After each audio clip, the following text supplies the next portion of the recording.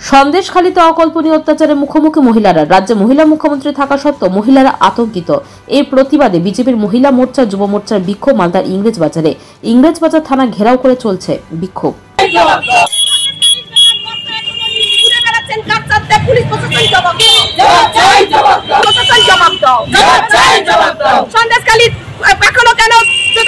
ধরা হলো না, পুলিশ প্রশাসন জবাব দাও, পুলিশ প্রশাসন মহিলাদের উপর অত্যাচার হলো, কাজ ছাড়তে পুলিশ প্রশাসন জবাব দাও।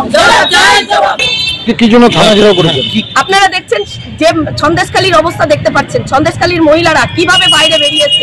সারা রাজ্য জুড়ে মহিলারা অত্যাচারিত, নিপীড়িত, ধর্ষিত হচ্ছে। তার প্রতিবাদে যে সন্দেশখালীর মহিলারা দেখিয়ে দিয়েছে যে কিভাবে পথে নামতে হয়, ঝাঁটা লাঠি নিয়ে পথে নেমেছে। তার প্রতিবাদে আমাদের মহিলা মোর্চার পক্ষ থেকে লড়াই চলছে। সেই লড়াই আমরাও সামিল হচ্ছি।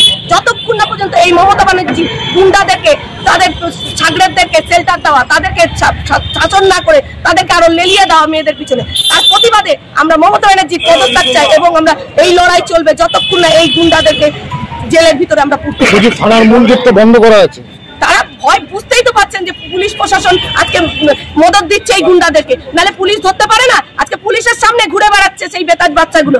দেখতে পাচ্ছেন যে কিভাবে পুলিশ প্রশাসন তাদেরকে সাহায্য করছে, উল্টা যারা নির্দোষ তাদেরকে জেলে পুরে দিচ্ছে। পাথর ছাড়াই প্রতিকার সম্ভব। মালদার প্রাচীনতম ভৃগু বংশ জ্যোতিষী পণ্ডিত এস শাস্ত্রী। দাম্পত্য সমস্যা, বিবাহে বাধা, ব্যবসায় অবনতি, পরীক্ষায় অকৃতকার্যতা, ভাগ্য গণনা, গোষ্ঠী বিচার, ঠিকুচি গোষ্ঠী এবং মৃত্যু ছাড়া সকল সমস্যার সমাধানের জন্য যোগাযোগ করুন জগদম্বা জ্যোতিষ কেন্দ্র, বিবেকানন্দ স্কুলের পাশে, মালদা।